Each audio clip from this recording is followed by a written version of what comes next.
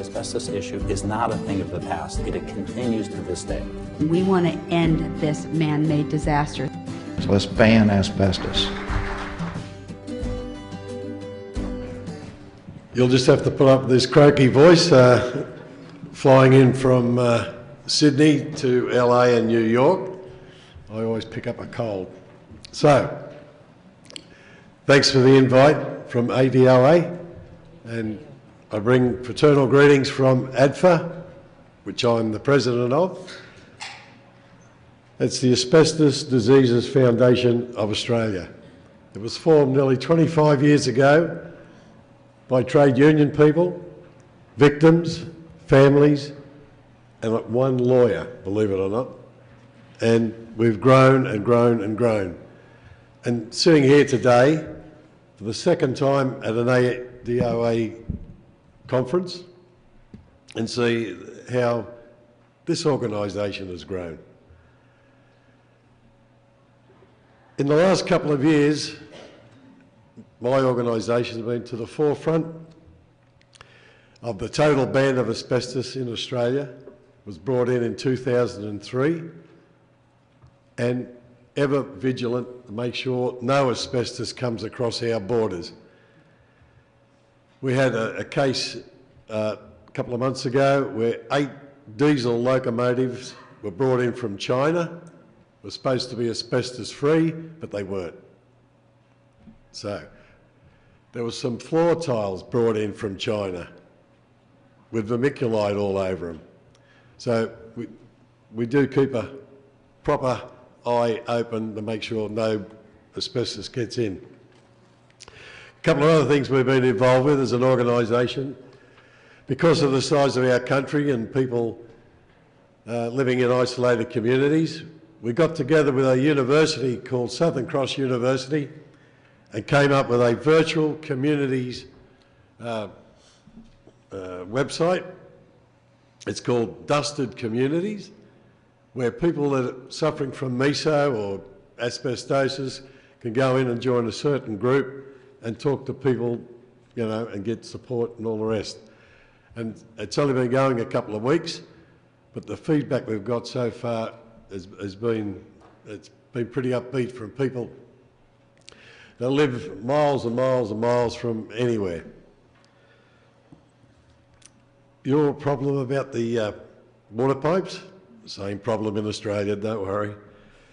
Then we had the telecommunication pits, and that's another big one. And they started digging up the telephone cable pits. Half of them are asbestos, and in the end, the way the contractors were doing it, they were just exposing the public to the deadly fibres. So we closed it down right across Australia. The telephone company, which is government, or was government owned, they tell us there's 88 million of these pits throughout Australia, and they don't know which ones are covered in asbestos or which ones are made out of asbestos. So they've had to train all of their contractors right throughout the whole of Australia, and they've got to pass their tests, they've got to have licences and all the rest now before they can do any work on the telecommunication pits. I'm also on the board of the Asbestos Diseases Research Institute. This is another 12-year campaign by my organisation and the trade union movement and the community, and we finally convinced the government to set ADRI up, and it's headed by this terrific bloke. He's Professor Nico van Sandwyk, and you're going to hear a lot more of this man this year. We headhunted him 4.5 years ago from Amsterdam, and he still keeps his family in Amsterdam, but we've turned him into nearly a full-blown Aussie. But the exciting thing about Nico's team, and we supported Nico's chief scientist to go to Chicago last May to announce what they'd come up as a delivery vehicle. Now you've got to understand that I'm just, well, in your country, a longshoreman, a retired longshoreman. We're called wharfies back home, but anyway, dockers in the rest of the world. So I'll explain it in my simple terms. They've developed a bacteria. They grow the bacteria, they take the bad stuff out of the bacteria, they put the good stuff in, they inject it into the victim, it travels through the bloodstream to the tumour, and so far in the laboratory, it's slowed the tumour right down. The clinical trials are starting as we speak. So you can go on the website and look up ADRI, and you'll see all about it. And for all you people that are more technically minded, you'll see the proper explanation of what they've discovered. We were fortunate enough that there was a businessman that contracted Meso, and from his compensation claim, he promised half of it to the Research Institute. The Research Institute got $1.2 million, and that's why they can afford to run the clinical trials. And as I said, we're in the process of doing that right now. The other thing we're very proud of is that finally we've got a federal government department. It's called the Asbestos Safety and Eradication Agency. And that's all it's set up to do is look after, get rid of the asbestos out of our communities. It's a big ask. They set an improbable date of 2030. It's never going to happen. The Department of Defence alone have got over 300,000 buildings with asbestos in them in Australia. That's just one government department. So, but at least with this agency, and I think you had the pleasure of Jeff Farey, our chairman. Jeff was here last year at the conference, and he's a terrific bloke. But the CEO, Peter Ty, is a real dedicated man to get the scourge of asbestos out of Australia and out of the community. I'll skip that one. And this is a little case in point. This is a little island off the east coast of Australia. It's about 2 hours flying time, and its claim to fame is when the overflow of the mutiny on the Bounty people outgrew their original island on Pitcairn. They were brought to Norfolk Island. Okay, it was an old penal colony. Problem is, all the buildings are all asbestos. Out of all the houses and buildings on Norfolk, 90% of them are all asbestos. Even their hospital is asbestos. At the time that I visited 2 years ago, they had 8 big pallets of asbestos, all sealed up, and they got nowhere to bury it on the island. They can't bury it on the island because it might interfere with their drinking water, and they'd soon run out of land, you know, landfill, because how they dispose of it, their rubbish on Norfolk, they just drive it down the end of this road and tip it off a cliff into the sea. That's how they get rid of their rubbish. But with asbestos, they've got it piled up. So we're in the process of talking to the Australian federal government to either get the Army or the Navy to go to the island and to remove all of this asbestos. But that's only the tip of the iceberg. And I just thought I'd throw that in to show that little places like that, how can it affect the whole population. These are some of our widows, very similar to your exhibition. We had a photographer come to us, and it's called, I've forgotten, Breeze. And he just came and took photos of some of our widows right around Australia, and did a public exhibition, travelled all over Australia.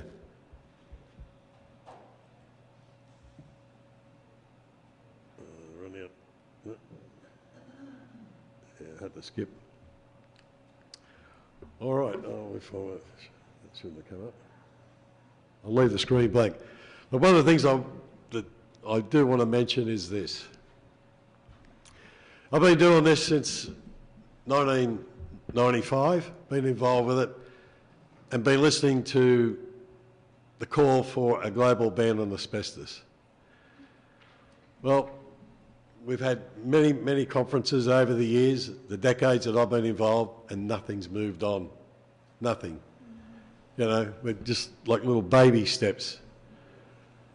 And I think it's time that something drastic happen, you know, to really get the ball rolling.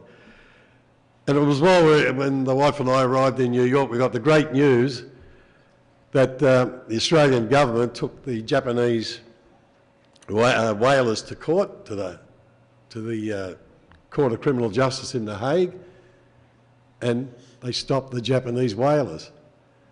Now, for years, Australia has been going to the International Whaling Commission to try and get the ban in place. But the Japanese always had the numbers. In other words, the conference was always stacked in the Japanese whalers' favour, because they'd go around to all the smaller nations in the Pacific and get their vote.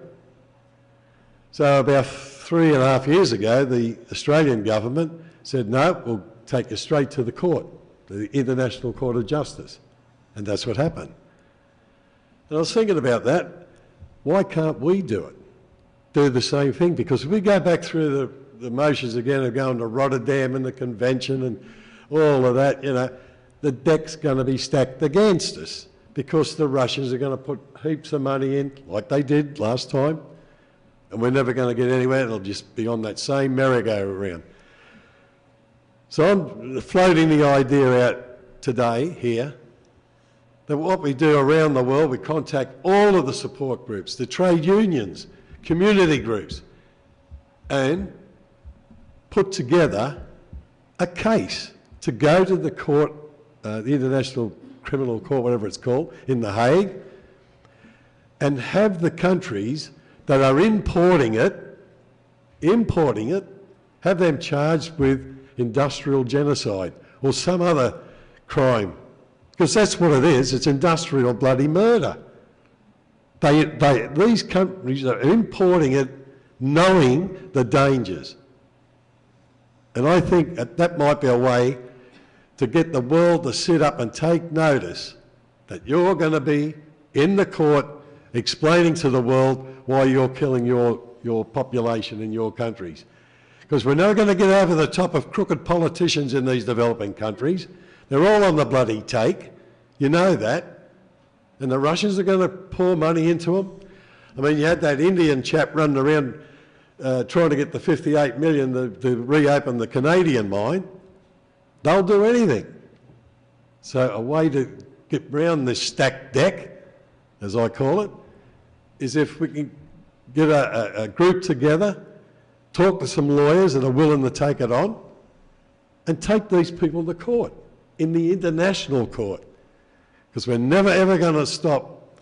I mean, we can't get people to go to Russia and stand there and picket and, you know, do all of that. It's impossible. But what we can do is get these countries into the international arena and have them charged with industrial genocide or industrial murder. And anyway, that's my idea. And when I go back to Australia, that's what I'll be talking to the people down there, you know. I really do think it's a goer. I really do.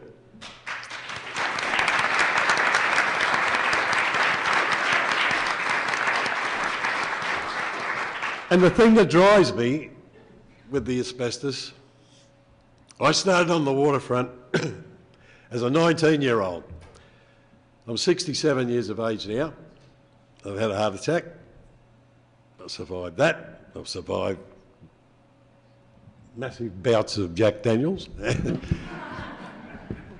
and that. But the thing that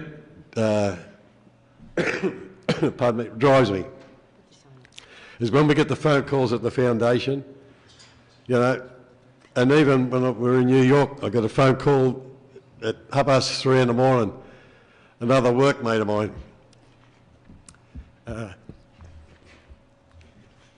Des Downey.